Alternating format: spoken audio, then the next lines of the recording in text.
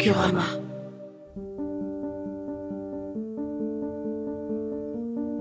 Dans la soirée du 6 avril 1994, le Falcon du président du Rwanda, le Hutu Juvenal Habyarimana, est abattu. Aussitôt, Kigali est quadrillé par l'armée et les milices. Les extrémistes Hutus désignent les Tutsis comme responsables. Une véritable chasse à l'homme débute. En seulement 100 jours, 1 million de personnes sont exécutées. La communauté internationale était pourtant présente depuis 1 an pour maintenir la paix. Malgré tous les signes annonciateurs, elle n'est pas intervenue au nom de la neutralité. 30 ans après, le génocide des Tutsis demeure dans les mémoires comme le dernier génocide du XXe siècle. Un génocide qui aurait pu être évité. Vous écoutez Rwanda, désobéir ou laisser mourir, première partie. Novembre 1993.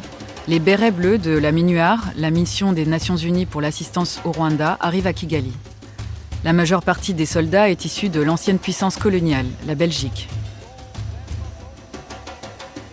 Parmi les troupes, on compte également des Tunisiens, des Ghanéens et des Bangladeshis. La France ne participe pas à l'opération.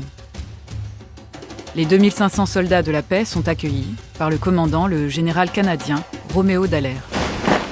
Vous êtes ici en béret bleu, fiers de servir la communauté internationale et fiers de votre héritage, de votre pays et de votre armée. Je suis des plus heureux de vous avoir sous mon commandement et je suis sûr qu'en équipe, nous allons atteindre les objectifs, pas faciles, mais atteignables, qui nous ont été donnés par le Conseil de sécurité des Nations Unies pour l'accomplissement de la paix ici, au Rwanda. Mon colonel, bienvenue à Kigali. Cela fait 3 mois que le Rwanda, le pays aux 1000 collines, a renoué avec la paix. 3 ans auparavant, le 1er octobre 1990, un conflit a éclaté. Le Front patriotique rwandais, le FPR, créé dans les rangs de Tutsis en exil dans les pays voisins, a mené une offensive pour un retour au Rwanda.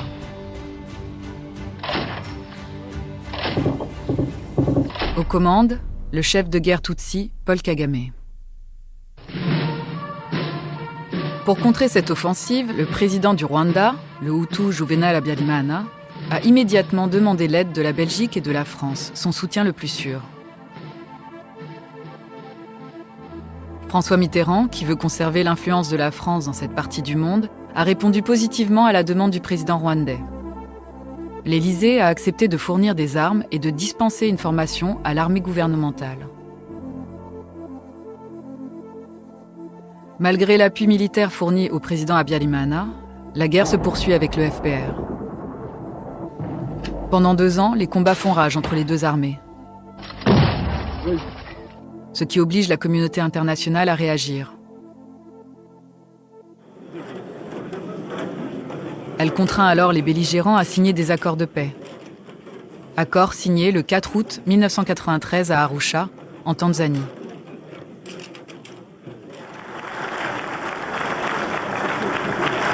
Ces accords de paix prévoient notamment le partage du pouvoir entre les différentes forces politiques rwandaises pour, à terme, organiser des élections démocratiques. Le rôle des casques bleus de la MINUAR sur le terrain consiste à accompagner le processus, sans jamais faire usage de la force. La première décision du général Dallaire est de répartir les casques bleus sur 14 sites différents. Le contingent le plus important, composé de 97 soldats, tous de nationalité belge, s'installe à l'école technique officielle, l'ETO. Situé dans Kigali, cet établissement est dirigé par des religieux de la communauté salésienne. On occupe quelques bâtiments des pères. Le contexte est bon. Lieutenant Lecomte, commandant en second à l'ETO. L'ambiance est détendue, ça passe très bien avec les pères salésiens. Les casques bleus tiennent aussi à rassurer les élèves sur leur présence à l'école et à Kigali. Donc le va pouvoir commencer. Donc j'estime que... Vous savez qu'il y a des casques bleus qui vont arriver ici. Hein. En fait, casque bleu, je préfère parler de béret bleu. Hein. Des bérets bleus. Parce qu'on n'est pas ici pour se battre. C'est une mission de l'ONU, c'est une mission de la paix. Ça, c'est important. Et je crois que, aussi bien vous que nous, aspirons à ce que la paix soit rétablie ici au Rwanda.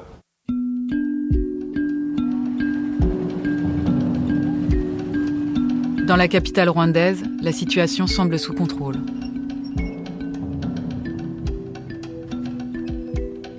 C'est une opération limite plus de police qu'une opération militaire. On va là pour patrouiller, pour occuper le terrain, pour collecter du renseignement. Entre les casques bleus et la population, l'ambiance paraît bonne. À tel point que certains parlent de mission Club Med ou Coca-Cola. Il y avait des sorties qui étaient autorisées. Une partie de la compagnie pouvait sortir une fois par semaine ou 2 fois par semaine, aller manger un bout d'un restaurant, sortir d'un dancing au centre-ville.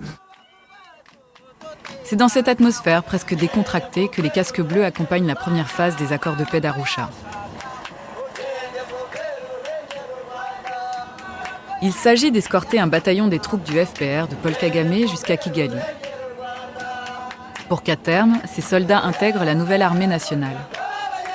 Cette opération est appelée Clean Corridor. Elle est bien accueillie par une partie de la population, mais la frange extrémiste Hutu ne partage pas le même enthousiasme. Réunis au sein d'un clan baptisé l'Akazu, ces Hutus radicaux sont très proches du pouvoir. Aux commandes, l'épouse du président, Agatha Habyarimana, son frère, Protais, connu sous le nom de Monsieur Z, ou encore Théoneste Bagosora, un colonel des armées. Ces extrémistes Hutus stigmatisent la population Tutsi au nom d'un racisme aux racines anciennes. Hutus et Tutsi ne sont pourtant pas des ethnies, encore moins des races différentes. Mais le régime Habyarimana, obsédé de statistiques raciales, a établi un recensement général en 1991. Selon eux, les Hutus représenteraient 90% de la population, alors que les Tutsis seraient moins de 10%. Pour diffuser leurs idées, ils disposent d'une arme redoutable, les médias. Bienvenue sur votre radio libre à Kigali, la radio sympa sur 106 FM. Chers auditeurs, bonjour. Vous êtes à l'écoute de RTLM. RTLM, la radio des 1000 collines. Une radio privée qui attise la haine contre les Tutsis. Pourtant, même eux sont branchés sur cette fréquence. Ah oui, on l'écoutait, oui. On l'écoutait parce que c'était une radio qui mettait de la musique moderne. Donc nous, en tant qu'ados, on adorait écouter justement les chansons qui passaient. Jeanne Wimbabazi, rescapée. Mais c'était une radio de propagande et qui, entre 2 chansons, déversait la haine. Méfiez-vous des femmes Tutsis, c'est des manipulatrices. Les Tutsis furieux du Front patriotique rwandais veulent s'emparer du pouvoir et le prendre avec des armes. Il est impensable qu'un groupuscule de 10%, d'ailleurs ils ne sont pas plus que 8%, l'emporte sur 92% de personnes. La radio des 1000 collines n'est pas le seul média à diaboliser les Tutsis. Le journal Kangura joue également un rôle actif.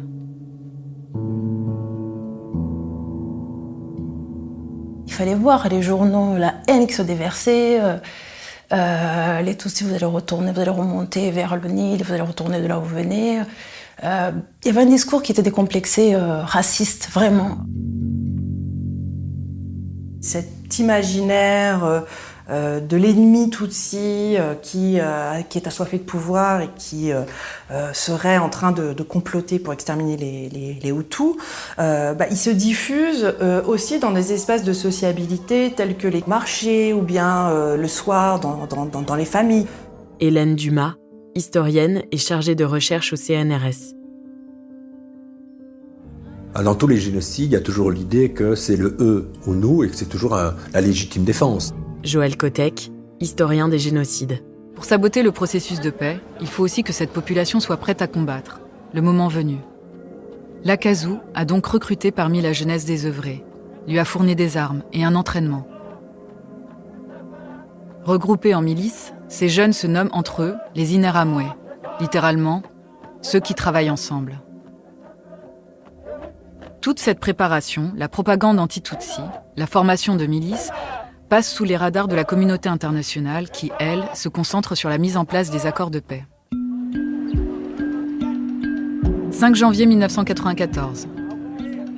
2 mois après l'arrivée des casques bleus au Rwanda, des représentants des Nations Unies arrivent à Kigali pour une cérémonie d'installation des institutions de transition au Parlement, en présence du président Habyarimana et de la première ministre, Agathe Uwilingiyimana, une Hutu favorable au partage du pouvoir. Moi, Habyarimana Juvénal, au nom du Dieu Tout-Puissant, je jure solennellement à la nation de remplir loyalement mes fonctions, de garder fidélité à la République rwandaise, de respecter les institutions de l'État et de promouvoir les intérêts du peuple rwandais dans le respect de la loi fondamentale et des autres lois. 6 jours seulement après cette cérémonie, le 11 janvier 1994, première alerte. Un informateur, nom de code, Jean-Pierre, transmet à l'état-major de la MINUAR des informations inquiétantes. Le général canadien Roméo Dallaire recueille les confidences d'un transfuge des milices Interahamwe qui explique que tout l'appareil donc, du parti présidentiel s'est organisé et est capable d'assassiner au moins 1000 Tutsis toutes les 20 minutes. Selon cette source, des listes de Tutsis auraient été établies. Des soldats belges pourraient également être ciblés, dans le but de forcer la Belgique à retirer ses troupes. Les Belges sont l'épine dorsale des forces du maintien de la paix.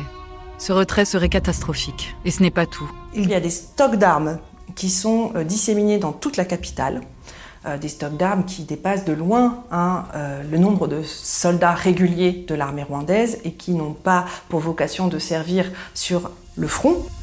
Désormais convaincu qu'un massacre est en préparation, le général Dallaire adresse un fax urgent à l'ONU pour obtenir l'autorisation d'agir. Il alerte sa hiérarchie à New York et il demande l'autorisation d'aller dans ces caches d'armes et de prendre ces armes, de les confisquer. Et New York répond non.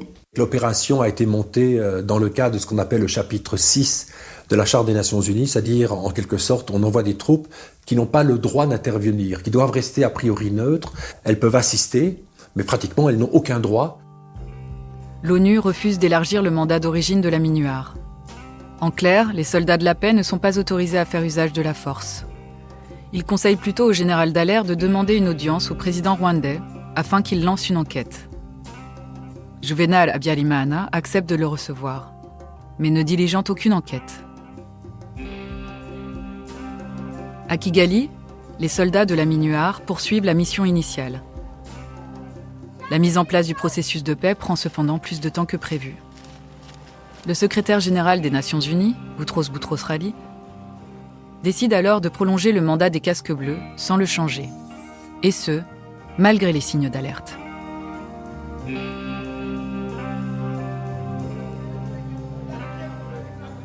6 avril 1994. Nous sommes à quelques heures du déclenchement du génocide. Dans le pays, tout semble calme.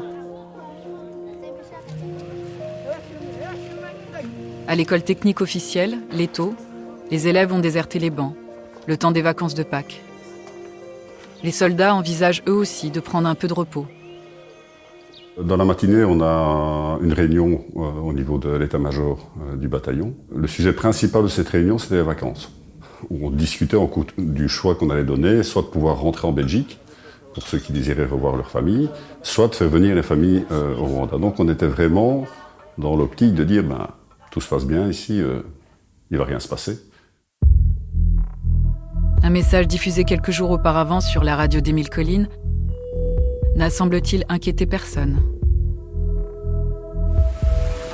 Dans le FPR, on a des complices. Ils nous ont dit que le 3, le 4 et le 5, il se passera quelque chose dans la ville de Kigali. Même le 7 et le 8. Trouvez donc des armes à feu ou des grenades. Tout ça, c'est à cause des Tutsis qui foutent le bordel. Dans la soirée du 6 avril, l'annonce diffusée à la radio prend soudain tout son sens. On regardait un film, c'était un film avec un crash d'un avion. Et à un moment donné, l'opérateur radio vient me dire, mon lieutenant, il y a un avion qui a été abattu près de l'aéroport. J'ai dit oui, c'est ça, c'est une blague, quoi. Vers 20h30, l'employé de maison de chez nous vient taper à la porte en disant l'avion du président du Rwanda vient d'être abattu. À l'étranger, le président du Rwanda et celui du Burundi tués dans un attentat. Leur avion a été pris pour cible par des tirs de roquettes alors qu'ils allaient atterrir à Kigali. Dès l'annonce de l'attentat, les Tutsis savent que la mort brutale du président Hutu va leur être imputée. Mon père reste éveillé. Nous, on se couche, on est quand même pas rassurés. Et puis, vers 5h du matin, mon père il vient nous réveiller en disant qu'il faut partir du domicile. Parce qu'on est dans un quartier où tout le monde se connaît, on sait très bien que nous sommes Tutsis. Dans la demi-heure qui suit, Kigali connaît les premiers déferlements de violence. Les militaires et les miliciens Imbonerakure dressent des barrières dans la ville et brandissent leurs armes. Il y a beaucoup de tensions, on entend des tirs, des explosions, grenades, il y a des maisons qui sont pillées. La sécurité est telle qu'on ne peut pas se déplacer, c'est simplement trop dangereux pour tout le monde. Retranscription d'un appel téléphonique d'Agathe Uwilingiyimana, première ministre du Rwanda. On tire, on est terrorisé, on est à l'intérieur des maisons, on est couché par terre. Pour la première ministre, ce sont les extrémistes Hutus de la Kazu qui font un coup d'État. Elle a essayé d'entrer en contact avec l'état-major de l'armée gouvernementale, en vain. L'absence de réponse semble indiquer que ce sont bien des militaires qui tirent dans les rues de Kigali.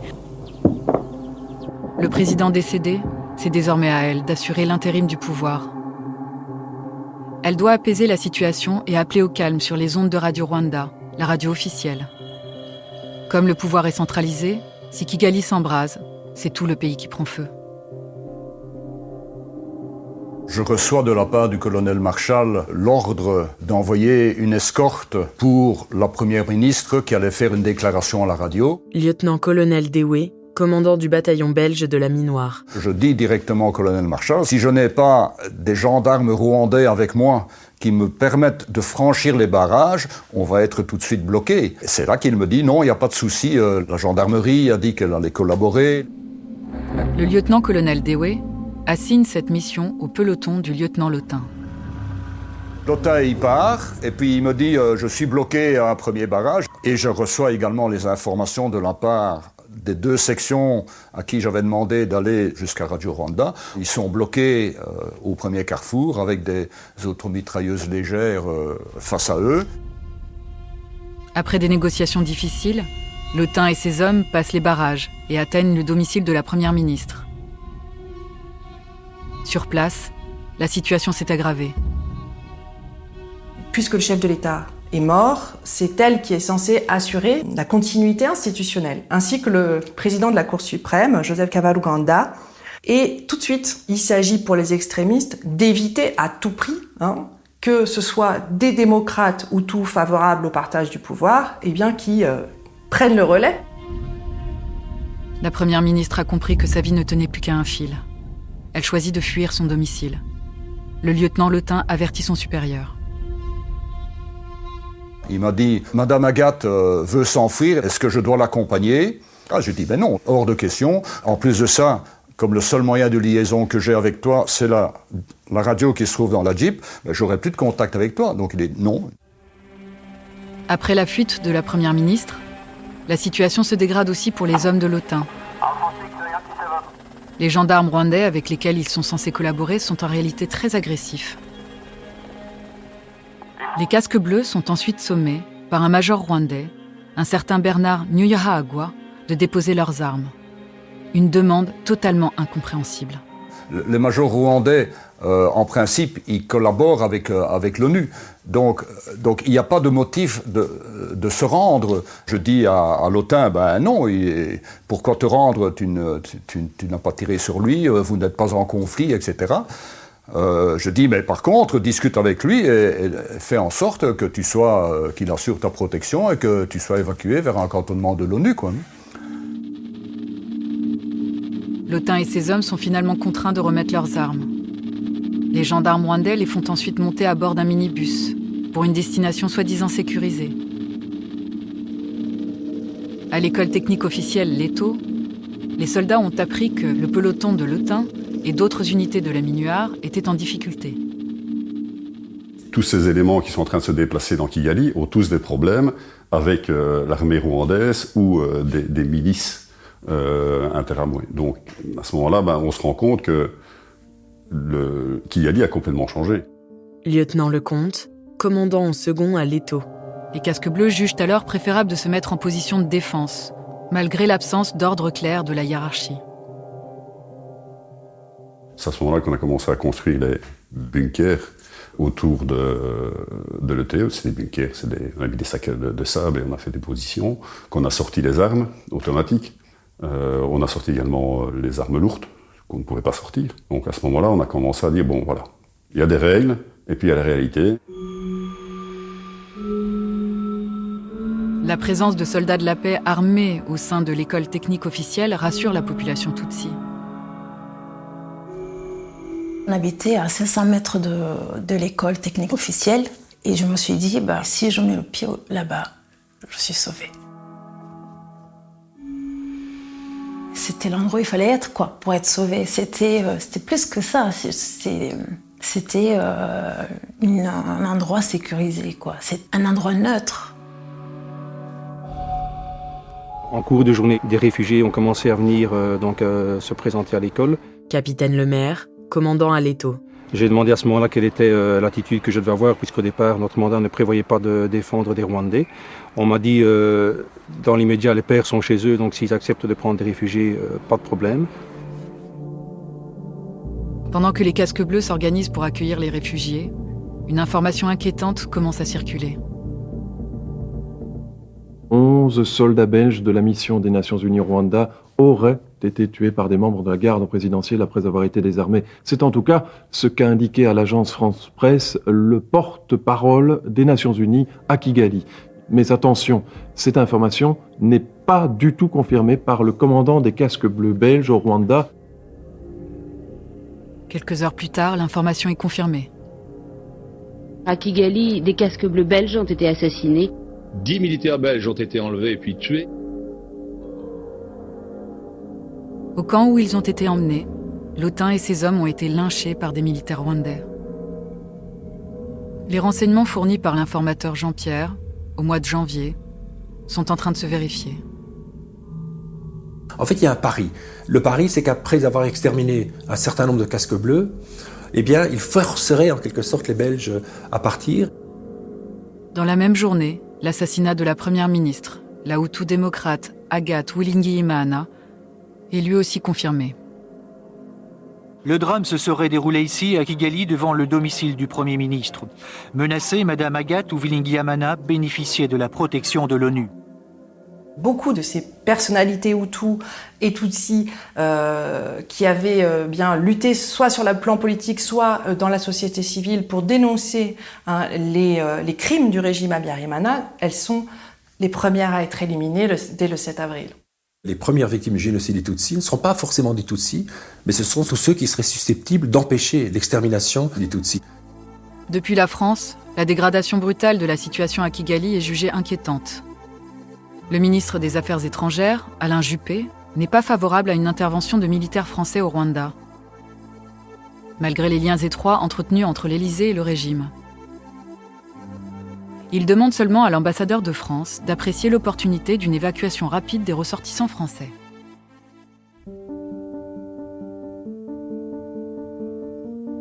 Vous venez d'écouter un épisode réservé aux abonnés de Docurama.